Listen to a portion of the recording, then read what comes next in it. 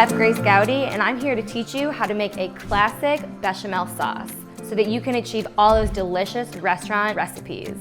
Bechamel sauce is one of the classic French sauces, and it's only a couple ingredients. It's butter, flour, and milk and cream.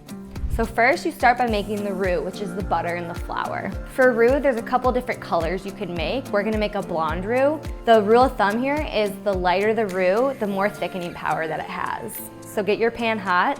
We're gonna add our butter to the pan. For our roux, we're gonna do equal parts flour to butter by weight. All you wanna do is melt your butter here. Once it's melted, we'll go ahead and add the flour. In the French cuisine, there's some other sauces. Bechamel is one of those mother sauces. Be careful not to brown the butter, you're just trying to melt it here.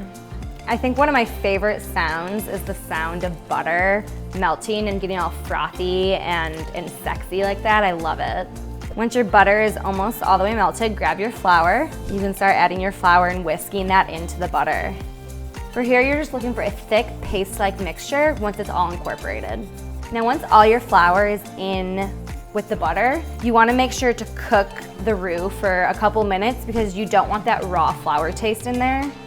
Cook it out for about 3-4 minutes. All right, see how it's getting nice and bubbly and it's all incorporated? It kind of almost looks like yellow mashed potatoes in a way. That's exactly what you're trying to get. Be sure to constantly mix this or it'll burn on the bottom. All right, once your roux is fully cooked, which is where we're at, I'm gonna set it off to the side. I have my pot here, and I'm gonna get my pot hot a little bit and grab my milk and cream. I'm gonna bring my milk and cream up to a simmer. In the meantime, I'm gonna stick my roux in the freezer so that it gets cold and sets. You always wanna add the cold roux to the hot dairy. I added about half the roux. I'm gonna whisk it and let it thicken. Now when you're making bechamel, it's very easy. If you make it too thick, add more dairy. If you make it too thin, add more roux. Simple as that. I like to make it a little bit thicker when I'm making something like a breakfast gravy. And I like to make it a little thinner when I'm making mac and cheese because then I add cheese to it and it'll thicken up. All right, so you can see it thickening up nicely here. And all you're doing is bringing it up to a simmer.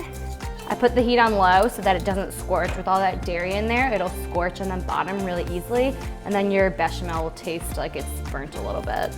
As you can see, I have a thick, finished bechamel sauce here, ready to make into a delicious, creamy dish.